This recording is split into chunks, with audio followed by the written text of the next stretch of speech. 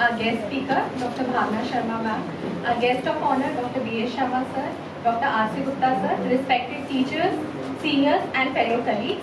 I, Dr. Madhukanda Vahane, welcome you all on behalf of Department of Neurology. Today we have a CME on refractory epilepsy, current concept and management. It is a pioneer day for us, as along with the CME, we are starting video EEG monitoring unit in Mahatma Gandhi Medical College from today. As customary, let's start our program with lighting of lamp and taking blessings from Holy Almighty. I would like to request all dignitaries to kindly join on the stage for lighting.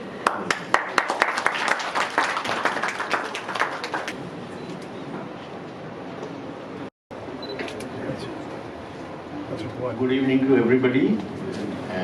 Respected Dr. Sachdev, Dr. B.S. Sharma Sahab, Dr. R.C. Gupta Sahab, my colleagues and my students. Today we are having a CME on refractory epilepsy, and as you all know that there are about 70 million people in the world and about 12 million people in India who are suffering from epilepsy. And it has been found that various studies that 20 to 40% of the people are refractory to treatment.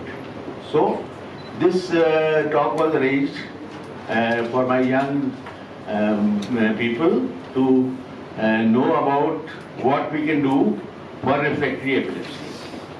And I'm also pleased to announce that we'll soon be having regular epilepsy surgeries with Professor B.S. Sharma Sahab and Professor Pankaj is here.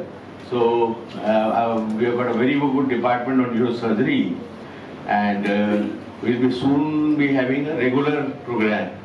And for that evaluation of refractory epilepsy, one of the main thing was a video EEG lab. So now with the kind patronage and help of our chairman and Honorable Chairperson Dr. M.L. Swarnkar Sahab, video EEG machine of the most ultra-modern type has been installed, and we are having a fully equipped video EEG lab which is situated just near my ward, and we have got enough staff to look after that. So on this occasion, I welcome you all, and I would request Dr. Madhu to invite our guest speaker and to give her a brief introduction. Thank you. Thank you, sir. Now let's give a hearty welcome to our guest speaker today, who is an eminent neurophysician. I would like to invite Professor Dr. Bhavna Sharma ma'am, who is a renowned neurologist in Jaipur. She is a senior professor and head of Department of Neurology, SMS Jaipur. She has teaching experience of over 28 years. She has more than 80 publications in national and international journals with more than 300 citations and a readership of around 6,000. We are honored with your esteemed presence, and I would like to request you to kindly bless us with your wisdom. Good morning, ladies and gentlemen. My sincere regards for Dr. Sudhir Sachdeva, Dr. B.S. Sharma sir, Dr. Surekha and Dr. R.C. Gupta, and many eminent doctors from SMS whom I am seeing in the audience. And my special thanks to Dr. R.K. Surekha for giving me this opportunity. Many of you might be knowing that my association with him is now 26 years old. When I joined Department of Neurology as resident, MD resident, and subsequently I became part of faculty, he and Honorable Dr. Pangaria sir guided me always, and his affection still continues for me. That is why I am here today. Today I shall be talking on drug-resistant epilepsy. Before I begin, I want to pay gratitude to my mentor, my guru, whose inspiration always makes me to do something better every day. And he certifies this saying that legends are, of course, immortal. So my respect for my late guru, Dr. Ashok Pangaria sir. Today, I shall be talking on drug-resistant epilepsy. Epilepsy is the third leading cause of neurological disorder And overall, globally, around 50 million people are suffering with epilepsy. And as Dr. Surekha told, that out of them, 10 to 12 million are in India. One third of them, 70%, nowadays we say that epilepsy is treatable. Of course, it is treatable. 70% patients respond very well to the treatment, but 30% people do not respond so properly to the treatment.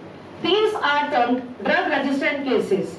To define, patients with epilepsy whose seizure do not successfully respond to anti-seizure medication therapy are considered to have drug-resistant epilepsy. There are several terms to denote this condition: medically refractory, pharmacoresistant epilepsy, or intractable epilepsy. But the International League Against Epilepsy has recommended that we should replace the term intractable with a better term, drug-resistant epilepsy, in the year 2017. Definition is that failure of adequate trial of two tolerated, appropriately chosen and administered anti-seizure medication, whether as monotherapy or polytherapy, to achieve seizure freedom. 20 to 40% or around one-third patients do not respond to single or rational polytherapy, and these are termed as drug-resistant cases, or DRE. Coming to treatment, epilepsy treatment gap in Asia. The treatment gap is defined as the difference between the number of people with active epilepsy and the number whose seizures are being appropriately treated. So those people who are not getting the treatment come under the umbrella of treatment gap. Treatment gap is around 90 to 97 in China, and in India, Jharkhand, it is maximum. Overall, the data suggests that it is around 73 to 78% in India, but couple of years back, we conducted an epidemiological study in Rajasthan under the guidance of Dr. Pangadia and Dr. Surekha with some of our residents, and there were some surprising facts in that. The treatment gap, which is around 73% in India, it was only 28 to 60% in Rajasthan. This denotes that awareness in our state, even in rural and urban population, is more, and that is a good sign. Drug refractory epilepsy in India. According to the North Indian study on patients with intractable epilepsy, mostly the causes of drug resistance are in focal epileptic patients, and 83% patients had focal seizure and 7% had generalized seizure. There are many causes behind drug refractoriness, and MRI abnormality correlates very well with this. The most common radiological lesions observed in the intractable group were mesial temporal sclerosis, DNET, perinatal hypoxic ischemic insults, brain tumors, and many other structural abnormalities of the brain. So what are the clinical factors which are associated with drug resistance? Number one is age at onset. Earlier the age, more refractory is the epilepsy, more the number of seizures, more refractory is the epilepsy, because there is epileptogenesis in early years of life in these patients. Second thing, symptomatic epilepsy. If there is definite cause behind epilepsy, these people may have refractoriness for the control of seizures. Then abnormal neuroimaging, as I told, abnormal EEG, history of perinatal hypoxia or mental retardation, neuropsychiatric disturbances like depression, because depression and epilepsy share the same pathophysiologic mechanism, that is overexpression of inflammasome or neuroinflammation. Then prolonged febrile seizures and status epilepticus history. So what are the potential mechanisms of drug resistance in these patients? Genetic factors, of course, are very important. Then comes the role of comorbidities. As I told, inflammatory response in the brain through interleukin expression. Then drug-related factors like genetic variation in the genes which control the pharmacokinetics of the drug. If there are genetic mutations, then the same drug will not be that much effective in a particular patient. Then comes severity of epilepsy. number of seizures occurring per month, then worsening epilepsy patterns, then network hypothesis.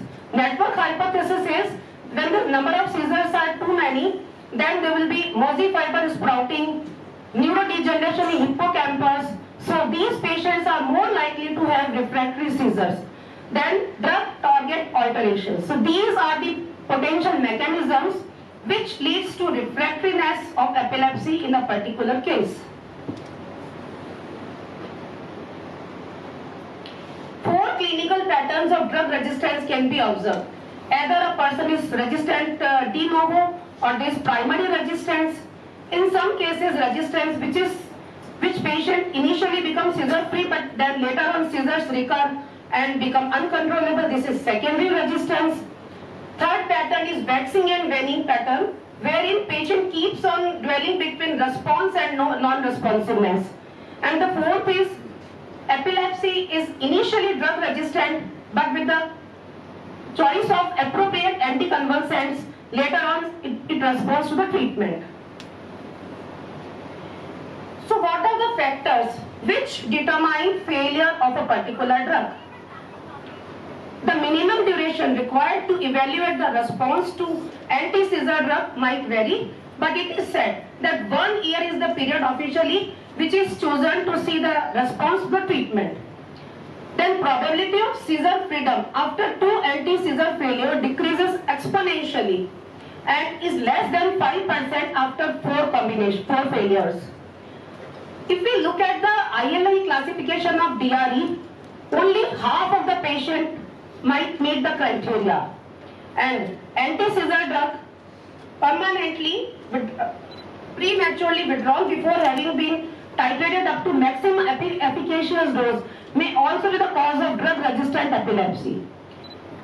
The drug resistance and pseudo-resistance, psychogenic non-epileptic seizures probably lead to 20 to 25% of pseudo-resistance, and factors like beliefs about medication, then mood or anxiety disorders are also responsible for the poor adherence to the treatment.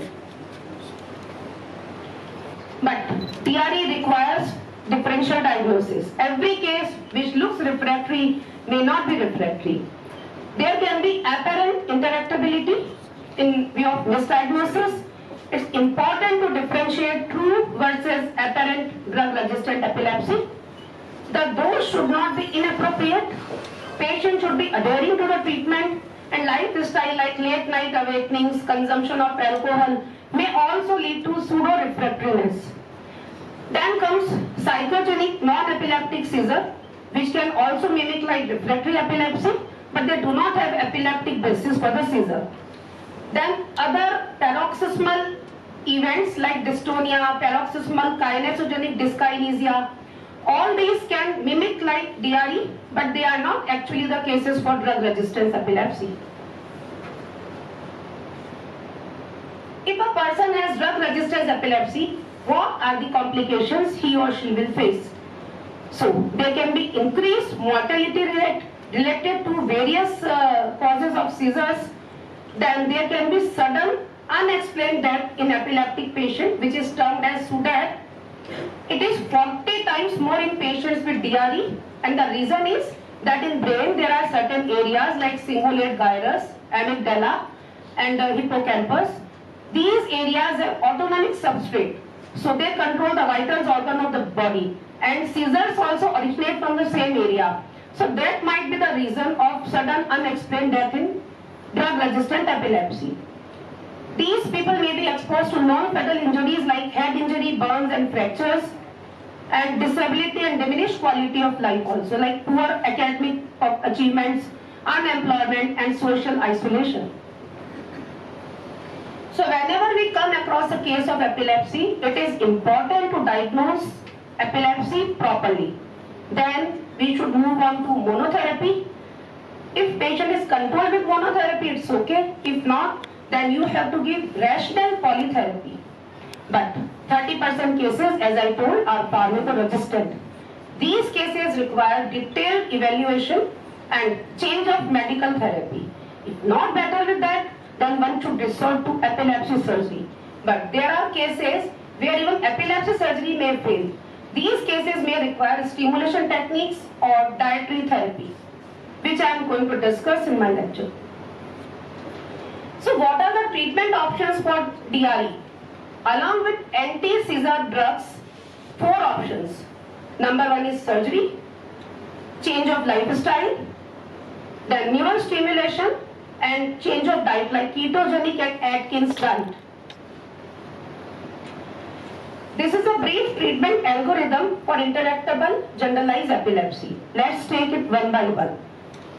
First of all, intractable epilepsy treatment algorithm requires proper diagnosis. So you should be able to classify seizure into particular type. If it is epileptic syndrome, then you should label it as epileptic syndrome. Then you have to determine intractability. Intractability can be determined via taking proper history to study the semiology of the seizure, video EEG recording of the seizure, then neuroimaging findings, genetic factors and the metabolic testing. Then comes medical therapy. Medical therapy can have 2 things. Number 1 is broad spectrum conventional drugs, then newer drugs. The conventional drugs include sodium valproate, phenytoin sodium, phenobarbital, carbamazepine, etc. with addition of levetiracetam in recent past and lamotrigine. 2 more drugs can be used like zonisamide and topiramate, but there are many newer drugs which have recently come up and are being used in India like brivaracetam and recently one more addition cenobamate.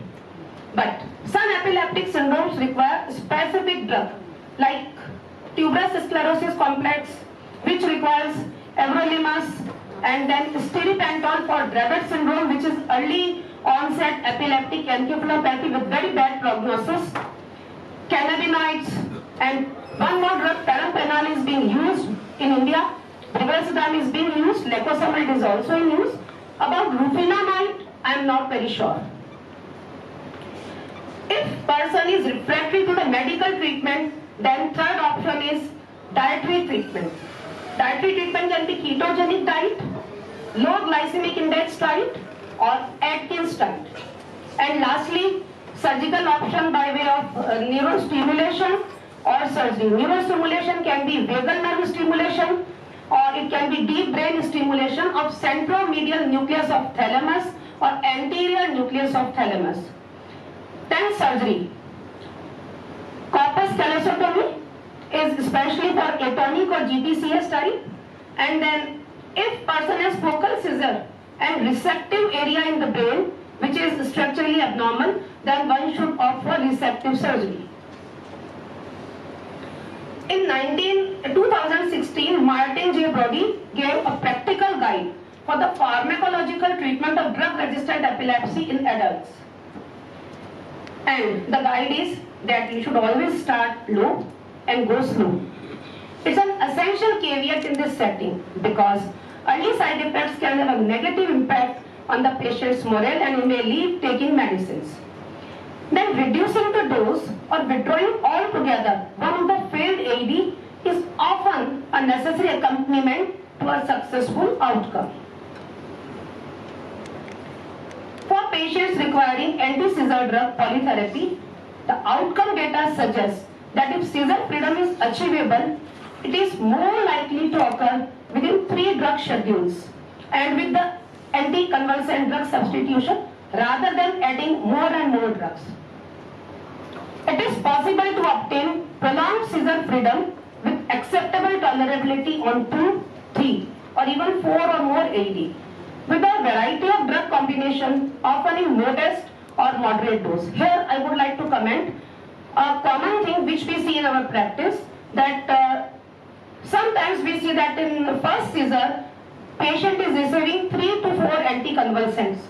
So this should not be the common practice because sometimes what happens that if you give too many drugs, these drugs can also be seizurogenic with each other. So you should always try to keep a person on monotherapy and if required rational polytherapy having different mechanism of action. How can you improve upon the efficacy of drugs?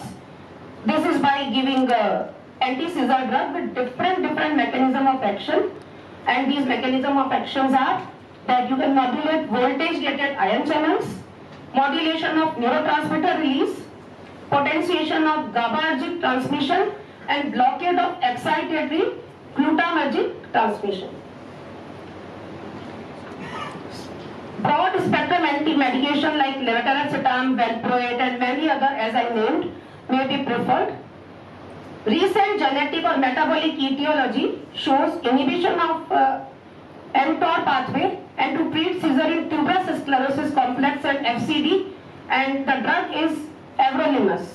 In GLUT1 deficiency, ketogenic diet represents standard of choice. Then serotonin agonist 5-HT2B can be drug of choice in Dravet syndrome, which is infantile epileptic encephalopathy. Then antagonistic action of sodium potassium chloride exchanger is expressed in a predominant manner, modifying the effect of GABAergic transmission, potentially having pro-epileptic genic action, and it can be done by using drug bumetanide. Drugs with anti-inflammatory properties which blocks interleukin pathway. There have been two drugs, recent breakthrough in the treatment of epilepsy. One is cenobamate, which is an azole derivative, and it is being promoted by SK Pharma across the globe. The drug is promising, and normally you have to step up the dose from 12.5 milligram every weekly to bring it to 200 to 400 milligram per day. And seizure control in many studies, there have been many phase 2, phase 3 studies, and post-marketing surveillance kits available in the market. The control of seizures in refractory cases is around 33 to 45%. So this is a promising drug, especially in focal epilepsies. Another important drug is brivaracetam. There have been 2 to 3 phase 2 and 5 to 6 phase 3 trial having n number of patients, but it has been seen that it controls seizures in around 50% patients, those who have refractoriness. Then comes the non-pharmacological treatment for the management of refractory epilepsy. Number one is epilepsy surgery, then neurostimulation, diet. Then comes the role of psychological care, taking care of cognitive impairment, and education and professional support groups help. The surgical treatment is that resective epilepsy surgery is the treatment of choice for medically resistant lesional partial epilepsy. You have to pay attention on the words. Medically resistant lesional, wherein MRI has some lesion which can be resected, and partial epilepsy.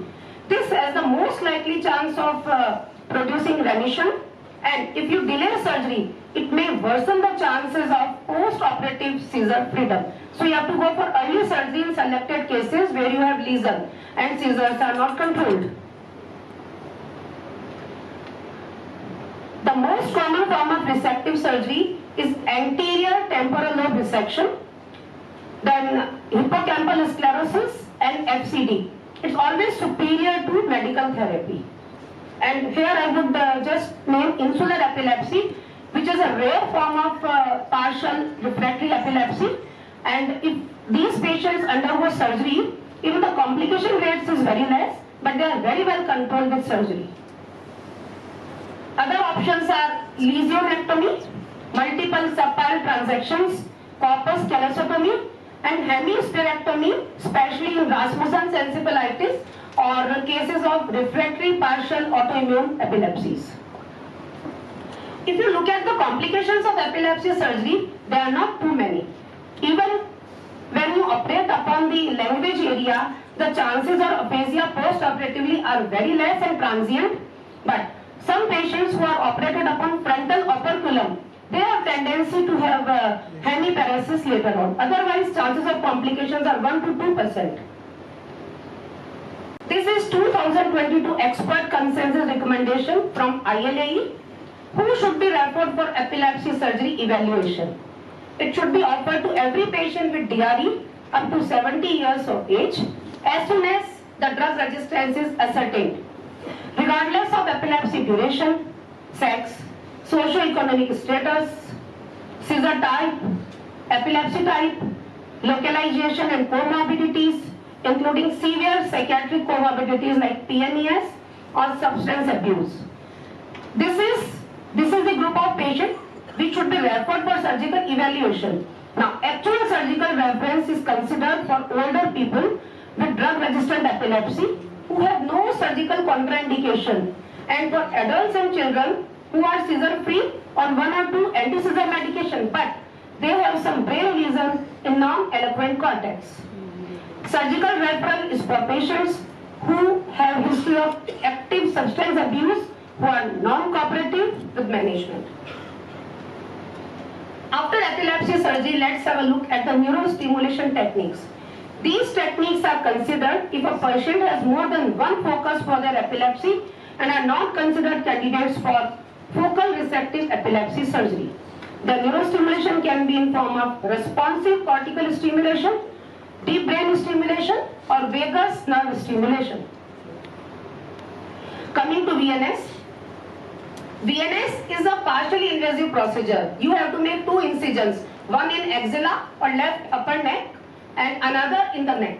And you place the battery in supraclavicular area and it delivers constant current to the vagus nerve, and this vagus nerve excitation can also lead to suppression of the excitatory pathways in the brain and overexpression of GABAergic pathway. This is the basic mechanism behind vagus nerve stimulation, and around 30 to 40% of patients achieve greater than 50% reduction in seizure frequency. So what are the indications of VNS? Patients with well-documented DRE, patients who are opposed to intracranial surgery, or the systemic review and meta-analysis of 5 studies for VNS revealed that the seizure control after this is 34.7%, and the serious adverse events are rare. Second form of neurostimulation is responsive cortical stimulation. So there is a difference between DBS and responsive cortical stimulation. DBS simply involves implantation of the device at the cortical level, but in responsive cortical stimulation, it is coupled to a seizure detection system. So whenever there is recurrence of the seizure or there are waves which signifies that seizure might occur, the responsive cortical stimulation acts accordingly. So there is a difference between DBS and RCS.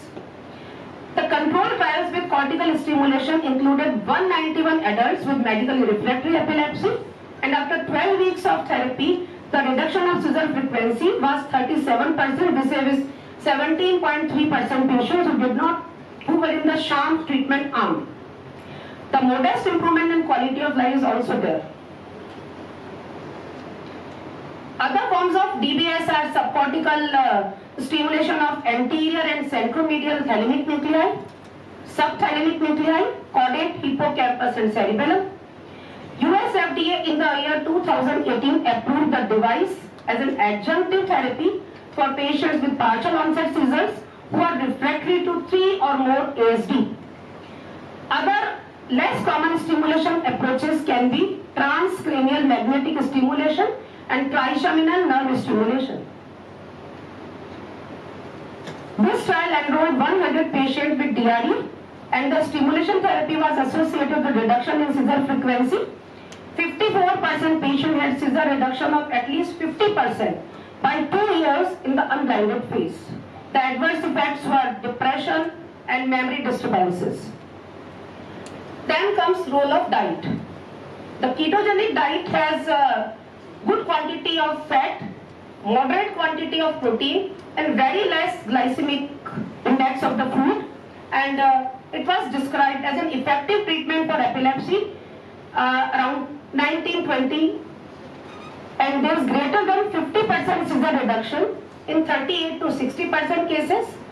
The classical ketogenic diet has high fat, adequate proteins 1 gram per kg, low carbohydrate diet that produces metabolic changes associated with the starvation state, and it's an adjuvant to the drug therapy. It cannot be given as monotherapy, but it has to be added with the drug therapy. What is the mechanism of ketogenic diet? The ketone bodies like acetoacetate, acetone, and beta-hydroxybutyrate formed in liver from long and medium chain fatty acids. They act as anticonvulsant after crossing blood-brain barrier. The theories are that they increase the mitochondrial biogenesis, they enhance oxidative phosphorylation, they enhance GABA levels, reduce neuronal excitability and firing with this diet, stabilized synaptic functions, inhibition of mTOR pathway. mTOR pathway is the pathway in mammalian cells for the regulation of cell functions, and decreased glutamagic synaptic functions. The common adverse events with ketogenic diet are not too many, but they can be gastrointestinal side effects, hypoglycemia, hyperuricemia, fatty liver, dyslipidemia, metabolic acidosis, carnitine deficiency, bone disease and nephrolithiasis, but not frequently seen. So, I will conclude with this take-home message that whenever we treat a case of epilepsy, we should identify DRE correctly. We should try to give right drug in right combination, right dose, and patient should be compliant. For that you have to teach the patient. Then combination of ASD should be right. If patient doesn't respond to these measures, then you should go for early pre-surgical evaluation. And patient not eligible for surgery, then one should resort to electrostimulation, vagal nerve stimulation, and the ketogenic diet. With this, I convey my sincere thanks to all of you for the patient hearing. Thank you so much. Thank you so much, ma'am, for such a great informative presentation. Neurology and neurosurgery go hand in hand, and especially if we are talking about epilepsy surgery, we are basically quadriplegic without neurosurgeons. We are most honored with the presence of Professor Dr. B.S. Sharma sir, the head of Department of Neurosurgery. He was former HOD of Neurosurgery Department in AIIMS, New Delhi. He has always promoted educational activity and surgical learning among residents. We are blessed with your presence, and I would like to request you to kindly say a few words. Thanks. Dr. Bhavna, Dr. Sachdev, Dr. Surekha, Dr. R.C. Gupta, seniors, colleagues and friends. Epilepsy surgery is a subspecialty of neurosurgery. So wherever epilepsy is done, it should be in a group where neurologists, neurosurgeons and others come together for a betterment of the patient. Now in simple language, if a patient has one seizure in a month, despite of taking 2 appropriately chosen anti-epileptic drugs for 1 year, is a candidate for epilepsy workup and probably surgery. There are many neurological diseases like Rasmussen encephalitis, porencephaly, gyrus dysplasia, Sturge-Weber syndrome, etc., in whom the epilepsy is less likely to respond to the drugs. So these should be, from very beginning, should be considered for surgery. Because the results of surgery, particularly the seizure outcome, are very good after surgery, and epilepsy surgery nowadays is very safe. So rather than putting patient a burden of so many drugs whole life, it's better that he is worked up properly and then surgery is offered to him. The epilepsy clinic, where one has to see patient from very beginning, workup of surgery, surgery is done, and post-op working, post-op follow-up, where in majority of them the drugs can be stopped over a period of time or at least reduced very much so that patient is able to take his life as normal, near normal. So I am glad that Dr. Surekha has taken this responsibility of starting a epilepsy clinic, and now we have got video EEG and more equipment. Whatever is required will be there. We have been doing sporadic epilepsy surgery so far, but now as a subspecialty we will start regular epilepsy surgery. Thank you very much for this. Thank you so much, sir. Our chief guest today is Dr. Sudhir Sachdeva, sir, Vice Chancellor of Mahatma Gandhi University of Medical Sciences and Technology. He's an integral part of this institution and is always proactive for medical education. He's relentlessly working in making our institution in par to other top medical institutes. I request you to kindly bless us with a few words. नमस्कार, परम आदरणीय doctor BS Sharma ji, doctor भावना जैसे से हमारे बीच आई और आपने epilepsy पर अपना व्याख्यान दिया।